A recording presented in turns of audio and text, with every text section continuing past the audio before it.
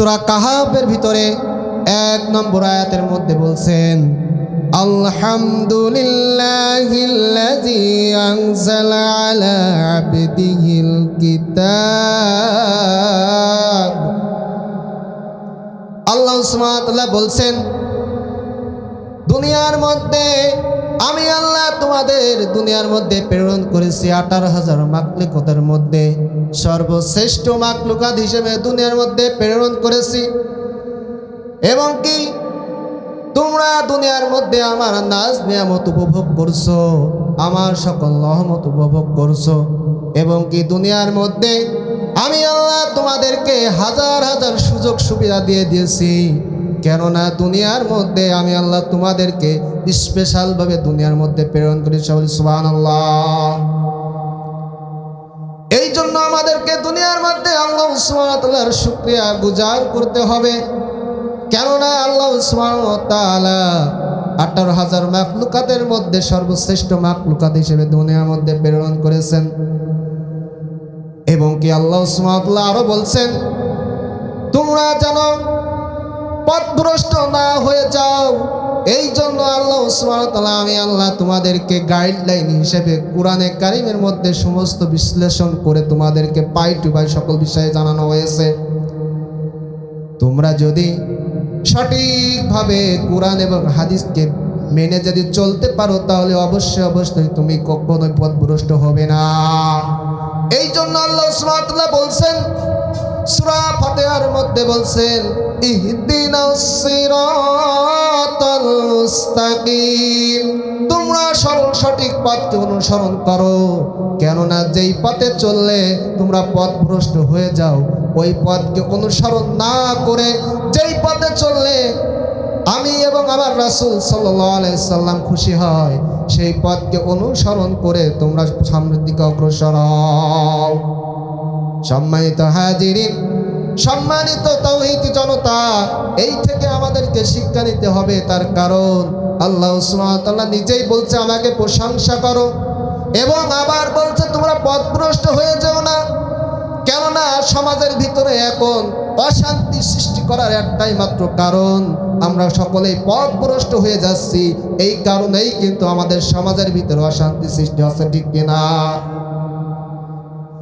এবং কি আল্লাহ সুবহানাহু ওয়া তাআলা বলছেন, জালিকাল কিতাবু লা রাইবা ফীহি হুদাল লিল মুত্তাকিন। আল্লাহ সুবহানাহু ওয়া তাআলা বলছেন, আমি আল্লাহ তোমাদের ভিতরে মানবতার ভিতরে দানবতা দূর করার জন্য এমন একটি সুন্দর কিতাব দিয়েছি যে কিতাবের ভিতরে বিন্দু পরিমাণ ভুল খুঁজে পাওয়া যাবে না। এই জন্য আল্লাহ সুবহানাহু ওয়া তাআলা বলছেন, এত সুযোগ সুবিধা দেওয়ার পরেও যারা আমাকে শুকরিয়া আদায় করলো না, আমার নিয়ামত পেয়ে শুকরিয়া আদায় করলো না, তাহলে অবশ্যই অবশ্যই তাদের দুনিয়ার ভিতরে যেমন আমি সুযোগ করে দিয়েছি জীবন যাপন করার জন্য, কিন্তু কাল কিয়ামতের ময়দানে আমি আল্লাহ তাদেরকে সুযোগ করে দেব না। আমি আল্লাহ কাল কিয়ামতের ময়দানে পাই টু পাই বিশ্লেষণ করে, চুলচেরা বিশ্লেষণ করে তার আমলনামার হিসাব নিকাশ নেব। তার কারণ আল্লাহ সুবহানাহু ওয়া তাআলা দুনিয়ার মধ্যে আর রহমান নামে রূপ ধারণ করে আমার আপনাকে সকলের সুযোগ করে দিয়েছেন। দুনিয়ার মধ্যে চলাফেরা করার জন্য সুযোগ করে দিয়েছেন, সমস্ত বিষয় ওপেন করে দিয়েছে। সমস্ত বিষয়ে জানাশোনার সত্ত্বেও যারা আমরা পথভ্রষ্ট হয়ে যাচ্ছি, কাল কিয়ামতের ময়দানে আল্লাহ সুবহানাহু ওয়া তাআলার কাঠগড়াই দরবারে দাঁড়িয়ে আমাদেরকে প্রত্যেকের হিসাব দেওয়া লাগবে। আল্লাহ সুবহানাহু ওয়া তাআলা সূরাতুল জিলজিলার ভিতরে বলছেন, ফামাই ইয়ামাল মিসকালা যাররাতিন শাররান ইয়ারা। যারা যারা পরিমাণের হিসাব অবশ্যই অবশ্যই দেয়া লাগবে। আমার শুকরিয়া গুজার করে আমার নাজ নিয়ামত উপভোগ করবে এবং কি আমার সর্বদাই শুকরিয়া গুজার করবে। এই জন্য আল্লাহ সুবহানাহু ওয়া তাআলা দুনিয়ার মধ্যে যেমন আমাদেরকে সুযোগ করে দিয়েছেন চলাফেরা করার জন্য, কিন্তু কাল কিয়ামতের ময়দানে সমস্ত ব্যক্তি আদম সন্তান কাল কিয়ামতের ময়দানে সকলের সুলসিলা বিশ্লেষণ করেই জান্নাত এবং জাহান্নাম ফয়সালা হবে। এই জন্য আল্লাহ সুবহানাহু ওয়া তাআলা সূরাতুল জিলজিলার মধ্যে আর এক আয়াতে বলছেন, ফামান ইয়ামাল মিসকালা যাররাতিন শাররান ইয়ারা। দুনিয়ার মধ্যে যত ইবাদত বন্দি করেন না কেন, কিরামুন কাতিবিন সম্মানিত লেখক ফেরেশতা লিপিবদ্ধ করে রাখবে। এবং কি দুনিয়ার মধ্যে আপনি যতই কাজ করেন না কেন, দান সদকা করেন না কেন, হজ যাকাত ফিতরা প্রদান করেন না কেন, কাল কিয়ামতের ময়দানে সমস্ত নেকি আপনার নামে খুলে দেওয়া হবে। ওই সময়ে আপনি যত ভাবেই ফসকিয়ে যান না কেন, ওই সময় কাউকার কাছ থেকে সুযোগ পাবে না।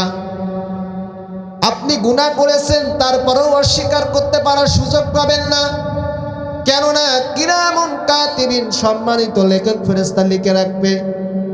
আপনার আমলনামা আপনার সামনেই খুলে রাখা হবে, আপনাকে দেখানো হবে।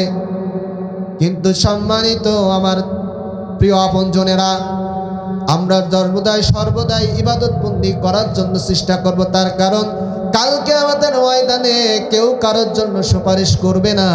সকলে ইয়া নাফসি আল্লাহ আমার বাঁচাও এই কথা জপে মুখে জপান করবে।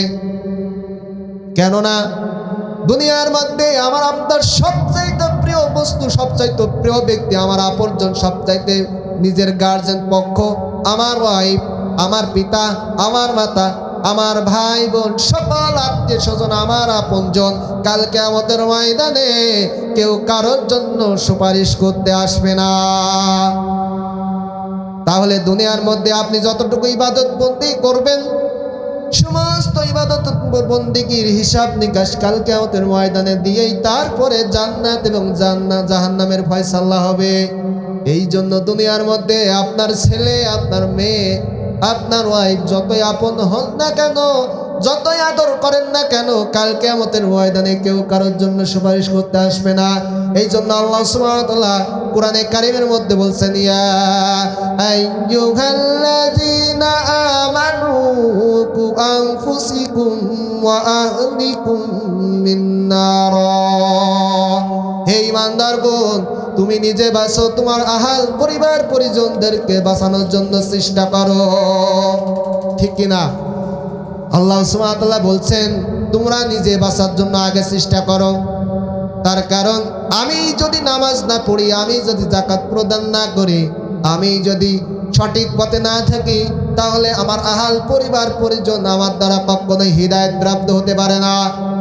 আমার দ্বারা কখনো ভালো কাজ করা আসা যায় না, কেননা আমি আছি খারাপ পথে। এই জন্য সম্মানিত তাওহীদ জনতা, আমাকে আপনাকে সর্বদাই শুকরিয়া গুজার করতে হবে, নিজেকে সংশোধন করতে হবে। কেননা নিজে যদি সংশোধন না করতে পারি, তাহলে আমার আহাল পরিবার পরিজনদেরকে আমি সংশোধন করতে পারবো না। সংশোধন করার জন্য নিজেকে আগে সংশোধন হতে হবে। 5 ওয়াক্ত নামাজ পড়ার জন্য আগে ফজরের নামাজ পড়তে হবে।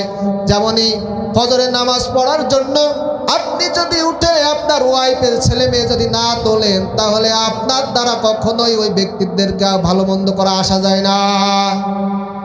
সম্মানিত আমার প্রিয় আপনজনেরা, এই জন্য আল্লাহ সুবহানাহু ওয়া তাআলা আমাদেরকে অনেক সুযোগ করে দিয়েছেন। আর রহমান নামের রূপ ধারণ করে দুনিয়ার মধ্যে সুযোগ করে দিয়েছেন। এই সুযোগে আমরা যদি হেলাই চালাই সময় পার করে দিই, কিন্তু কাল কিয়ামতের ময়দানে আমরা সকল আফসোস করার পরও কিন্তু আল্লাহ সুবহানাহু ওয়া তাআলা আমাদেরকে সুযোগ করে দেবেন না। এই জন্য কাল কিয়ামতের ময়দানে আমরা সকলে হাই হাই করব, হাই হায়াত হায়াত লিমা তুআদুন, হাই হাই করতে থাকবো। এই জন্য আমাদেরকে দুনিয়ার মধ্যে সমস্ত কার্যক্রম আমাদেরকে গুছাই নিতে হবে, আখিরাতের জন্য আমাদেরকে গুছাই নিতে হবে। এই কারণে যে আল্লাহ সুবহানাহু ওয়া তাআলা কালামুদ্দাসের মধ্যে আরো বলেছেন যে দুনিয়া মাজরাতুল আখিরাহ, দুনিয়াটা হলো আখিরাতের ক্ষেত স্বরূপ। সুবহানাল্লাহ। সম্মানিত হাজিরিন, আল্লাহ সুবহানাহু ওয়া তাআলা সমস্ত প্রশ্নের উন্মোচন করে দিয়েছেন, সমস্ত প্রশ্নের সমাধান করে দিয়েছেন, সকল ইনফরমেশন আমাদের মাঝে বিলাই দিয়েছেন, আমাদেরকে জানাই দিয়েছেন।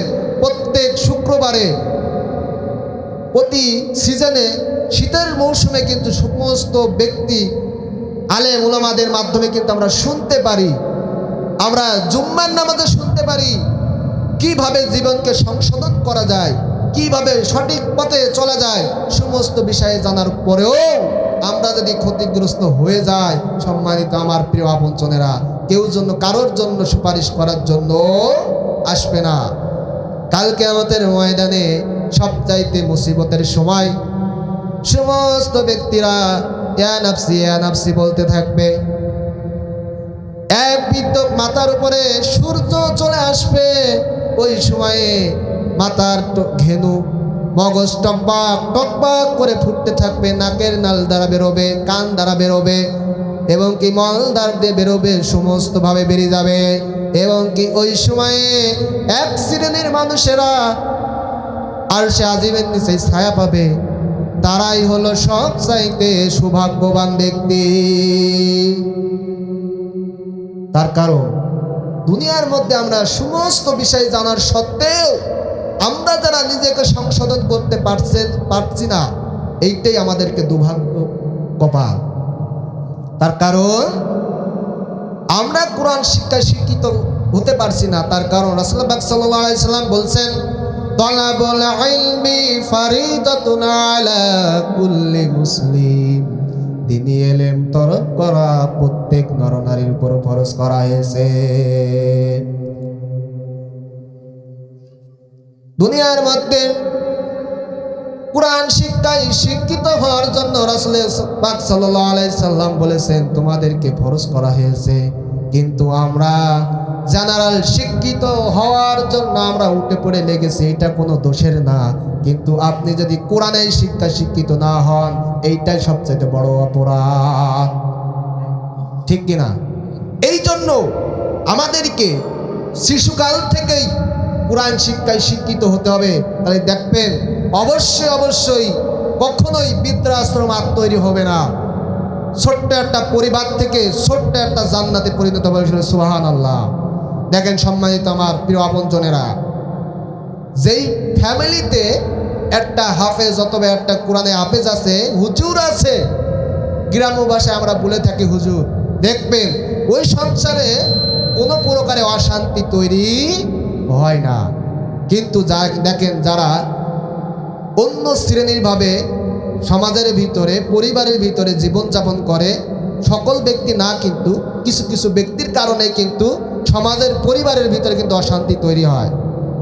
এই জন্য আল্লাহ সুবহানাহু ওয়া তাআলা আমাদেরকে দুনিয়ার মধ্যে যেমন সৃষ্টি করেছেন, দুনিয়ার মধ্যেই কিন্তু আমাদেরকে পরীক্ষার মাধ্যমেই কিন্তু ফলাফল কিন্তু এক প্রকারে ঘোষণা হয়ে যাবে। তারপরেই কিন্তু আমাদের দ্বারা আমাদেরকে জান্নাত এবং জাহান্নামের ফয়সালা হবে কাল কিয়ামতের ময়দানে। সম্মানিত আমার প্রিয় আপনজনেরা, সম্মানিত আমার প্রিয় আপনজনেরা, এই জন্যই আমি আমার বিষয়টা হলোই যে আল্লাহ সুবহানাহু ওয়া তাআলার কাছে শুকরিয়া গুজার করা এবং কি নিজেকে কিভাবে সঠিক পথকে অনুসরণ করা, এই বিষয়ে আমি আপনাদেরকে বুঝাইতে চেয়েছি। আল্লাহ সুবহানাহু ওয়া তাআলা আমাকে আপনাকে সকলের যেন এই বিষয়টা যেন মানতে পারি, বুঝে শুনে সঠিক পথকে অনুসরণ করতে পারি। আল্লাহ সুবহানাহু ওয়া তাআলা আমাকে সকলে সেই তৌফিক দান করুক। সবাই আমিন।